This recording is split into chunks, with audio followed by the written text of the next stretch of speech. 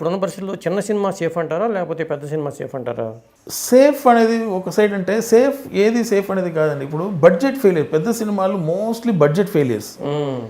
అది ఎందుకో నాకు అర్థం కాలేదు. ఇప్పుడు సినిమా తప్ప ఏ బిజినెస్ అయినా ఒక వస్తువు రెడీ చేస్తే 10 రూపీస్కి అమ్మగలుగుతాం అనుకుంటే అది 8 రూపీస్లో ప్రొడక్షన్ చేస్తారు, లేదా 7 రూపీస్లో చేస్తారు, 10 రూపీస్కి అమ్ముకుంటారు.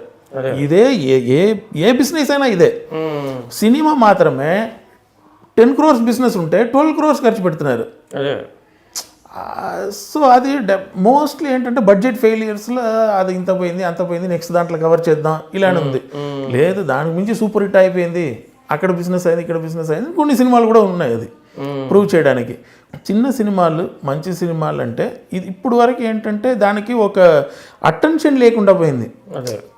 అది చూడడానికి రారు థియేటర్కి ఫస్ట్ ఆఫ్ ఆల్ అన్న ఒక ప్రాబ్లం. సో ఏంటంటే ఆటోమేటిక్గా బడ్జెట్ తగ్గించాలి, ఇది చేయాలి, అయినా కూడా ఎవరు చూడడానికి రావట్లేదు. ఇప్పుడు బడ్జెట్ అనేది ప్రాబ్లం లేదు. మీరు 1 crore తీసినా 50 lakhs తీసినా జనాలు రావాలి కదా ఫస్ట్ అది చూడడానికి, ఆ ప్రాబ్లం ఉండేది. బట్ ఆఫ్టర్ ఈ కరోనా ఏంటంటే ఈ చిన్న సినిమాలు కూడా వెతికి చూడడం మొదలు పెట్టారు. ఆడియన్స్ కూడా అనేది దాదాపు 40 లక్షల్లోనే తీశారంటున్నారు. అది అంత బడ్జెట్లో తీసిన సినిమాలు కూడా బాగానే చూస్తున్నారు. అదే. సో అక్కడ ఏంటంటే బడ్జెట్ అనేది కాదు, ఫైనల్గా ఆ ప్రోడక్ట్ బాగుందా లేదా, బాగుంటే మౌత్ టాక్లో టక్ స్ప్రెడ్ అయిపోతుంది. ఇప్పుడు అందుకే ఇందుకు ముందు ఎవరి దగ్గర ఉంది నెట్ఫ్లిక్స్, అమెజాన్ ఇవన్నీ ఎవరి దగ్గర లేదు. ఇప్పుడు కంపల్సరీ లాగా అయిపోయింది.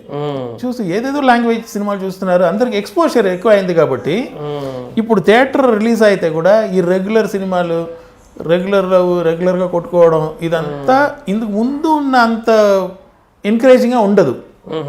కొన్ని ఏదో డిఫరెంట్గా ఉందంట ఆ సినిమా అనే దానికి అటెన్షన్ ఎక్కువ ఉంటుందని నేను నమ్ముతున్నాను. ఎలాంటి సినిమాలు అంటే చేయడం మీకు ఇష్టం? అసలు నాకు కొంచెం సైకలాజికలీ ఏదైనా డీల్ చేయడం ఇష్టం అండి.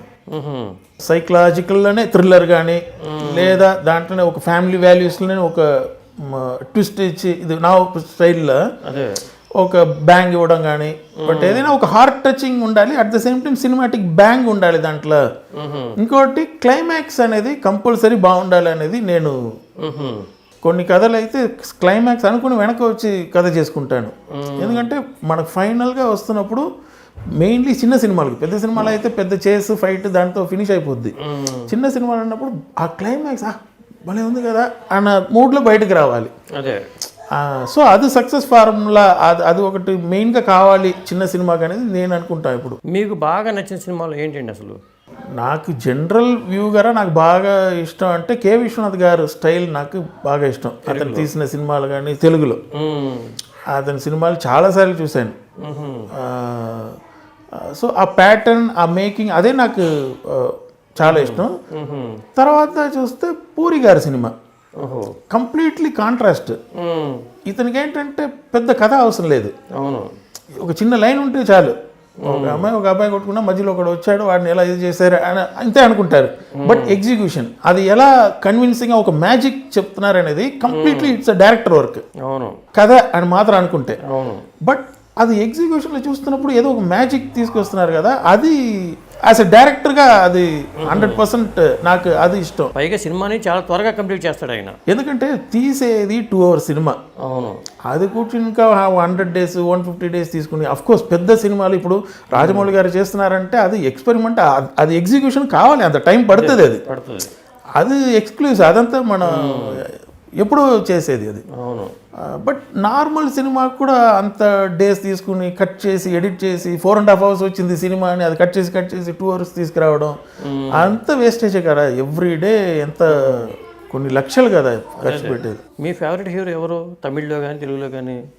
అలా ఫేవరెట్ హీరో అని పెద్ద నాకు చిన్నప్పటి నుంచే రజనీకాంత్ గారు ఫేవరెట్ హీరో.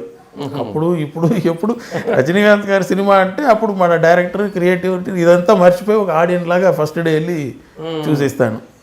అది తెలుగులో పర్టికులర్గా చెప్పాలంటే నాకు రవితేజ గారు స్టైల్ నాకు బాగా ఇష్టం. ఆ కమాండ్, ఆ సీన్లో ఏముందో లేదా ఆ సినిమాని మొత్తం ఆ షోల్డర్లో ఆ ఈజ్, అతని దగ్గర ఉన్న ఆ ఈజ్ మొత్తం అట్టిట్టు చూడరు. పక్కన ఎవరు ఆర్టిస్ట్ ఏం చేస్తున్నాడు మొత్తం ఫోకస్ రవితేజ గారి మీదే ఉన్నాయి. ఆ కమాండ్ అతనికి ఉంది కాబట్టి ఎనర్జీ ఉంటుంది. Energy same at the same time మన జూనియర్ ఎన్టీఆర్ కూడా నాకు బాగా ఇష్టం. అతను ఏంటంటే అతను నా పర్సనల్ ఒపీనియన్లో ఒక కమల్ హాసన్ తర్వాత జూనియర్ ఎన్టీఆర్ గారు ఒక పర్ఫెక్ట్ ఆర్టిస్ట్ అంటే నేను అతన్ని చెప్తాను. ఎందుకంటే అలా క్లోజ్అప్ పెట్టి ఏడవండి అంటే అలా ఏడవడానికి ఎక్కువ మంది ఆర్టిస్ట్ ప్రిఫర్ కూడా చేయరు. ఒక్కసారి ఏడవచ్చు, రెండుసారి ఏడవచ్చు, మూడోసారి మళ్ళీ రిపీట్ అవుతుంది సేమ్ ఏడుపు. ఆ వెరైటీ ఒక్కొక్క దానికి అది నాకు పర్సనల్గా బాగా ఇష్టం. ఇలాంటి ఇంట్రెస్టింగ్ వీడియోస్ కోసం తప్పకుండా మా ఛానల్ని సబ్స్క్రైబ్ చేయండి.